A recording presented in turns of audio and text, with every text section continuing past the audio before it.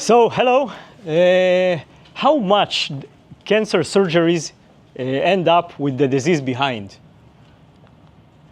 In the USA, each year, 1 million people have a cancer surgery, which out of them, 200,000 people end up with the disease left inside them after the surgery. Some of them will be totally fine, but some will need another surgery that shouldn't happen at all. So we are in OncoPeek aim to reduce it to zero. And today, simplistically, the surgery follow this path.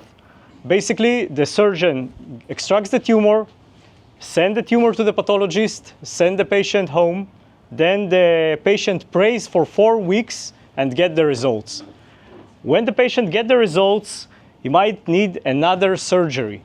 And this surgery will involve complications and risks. If we're going to the starting point of ours, which is cervical cancer, that might mean that the young woman can't have pregnancy, which is not a big problem in the Western world, but a big problem in Brazil and India.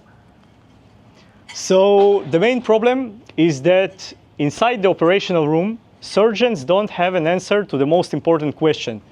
Did I get it all out? Of course, there are some solutions like frozen section, but the problem that it resembles privilege in today's conditions because of pathologist shortage and requires on-site pathologist and standby lab. Or Lugol, which is great, but have a lot of false positives. So the surgeons have their blessed hands and experience. And what we propose is to give those hands a probe that will touch a tissue, emit an infrared into it, hit a molecule, then indicate for the surgeon whether they need to cut or don't need to cut. And we done a pilot study in Kaplan Hospital, and we were 88% accurate, which was validated with 2 pathologists from the hospital working in consensus. So our next steps, actually we submitted 5 papers until now, and we filled up 3 patents. And our next step will be 5 sites where we will do 4 more cancer experiments. And then we want to submit to the FDA Breakthrough Device Designation Program. And we raised until now about $300,000, which we potentially might expand into $700,000 using the Innovation Authority pre-seed fund. And we would like to raise $1.5 million more in the next steps. And our team, so nice to meet you. I'm Vadim, and I'm a PhD student. And this is my PhD, actually, all this project.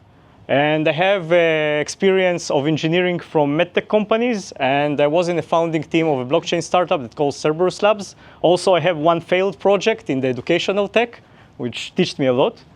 And Rafael, who have a big experience in human laser interaction, and he's founder of energy and medtech startups.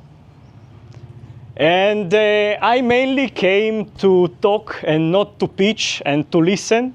So please contact me.